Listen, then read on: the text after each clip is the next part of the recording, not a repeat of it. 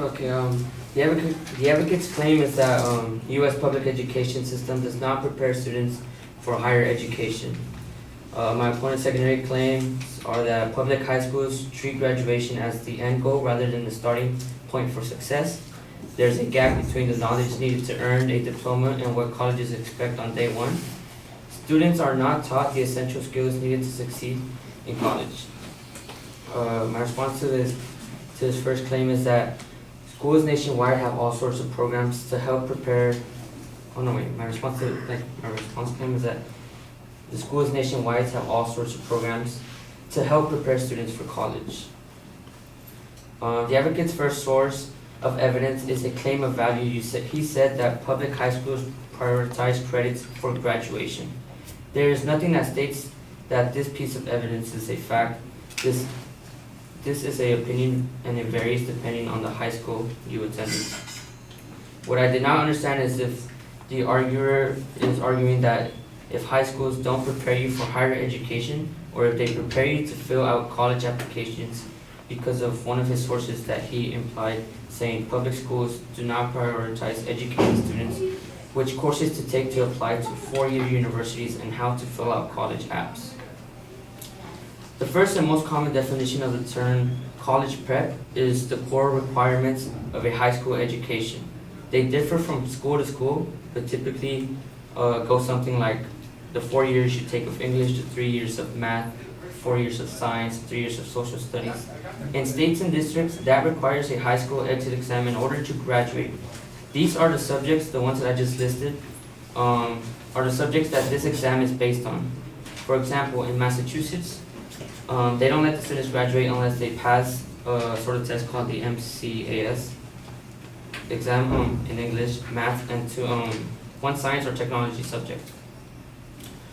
My advocate's third evidence claims that not all students attending college will graduate. He said, according to the New York Times, 30% of college students drop out after their first year. Just because 30% of students drop out of college, that does not mean they dropped out because high schools didn't prepare them for higher learning. He also said 50% of college dropouts have incomes lower than $3,500. So half of the people attending college are struggling to pay for tuition, meaning that money, in my opinion, is the main reason why students drop out. If his claim is that high schools do not prepare students is sufficient enough for higher learning, then explain the nationwide classes provided to prep you specifically for college at all these high schools. For example, they have Upward Bound. Upward Bound is designed to generate the skills and motivation necessary for success in education beyond high schools. They have Talent Search. Talent Search serves low-income first-generation students who have the potential to succeed in higher education. This program provides a range of counseling services to help students graduate from high school and earn a college degree. The Student Support Service Program, otherwise known as SSS, helps low-income first-generation and disabled students attend a college degree. Institutions of higher education can apply to SSS program.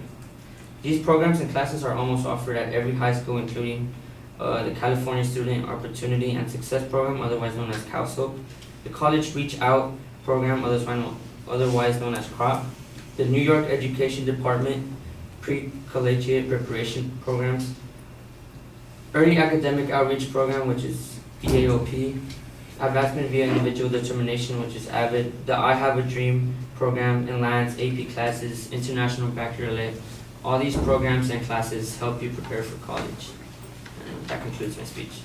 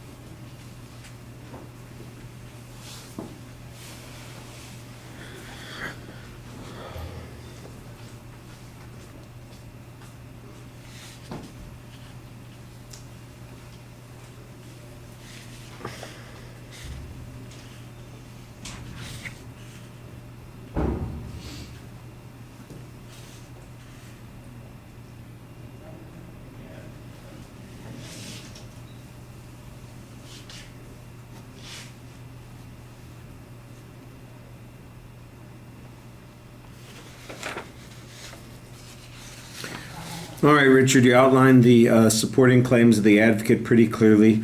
Your structure, though, I don't think you get past a single claim. You basically just make one long claim that suggests that there are all kinds of opportunities, and there's a lack of clarity about what the advocate's position was. I thought that you had reasonable presses on the concern about priorities.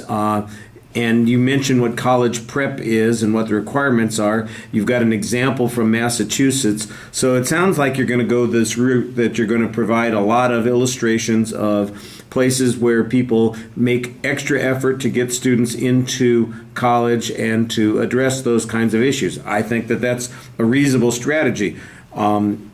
You then kind of go to the cost issue, which I think is a good argument. It feels a little bit out of place on this particular point, but it does respond to some information that the advocate presented that talked about why people drop out. And I think you've got a legitimate interpretation of this, that it's really for economic reasons rather than a lack of preparation that the students have. I don't know that the advocate provided any information specifying what the rates are of testing or rejection for academic preparation, or they don't have the classes that they need to have, or they don't have a GPA, or they don't have an SAT score. I mean, that seems to be like the kind of stuff that would be required by the advocate to show that the students applying to college are not really adequately prepared. Instead, we get this financial issue, which I think plays into your hands as opposed to demonstrating the advocate's position. The way that you finish off basically lists a whole variety of programs to suggest that schools are interested in getting students into college, and you mention like a half dozen different programs. If there was some information about the widespread nature of those programs, that would help you a great deal. As it is, the existence of the programs at least suggests that most schools have some interest in doing this, and it's not just that they're trying to get you through and get you your high school diploma and get you out of their hair, which is the inference that the advocate's talking about. So I just think that there's a little bit of underdevelopment of what the advocate's argument is in your response, but you picked two good arguments to extend for your position. Could be a little bit better organized. Thank you.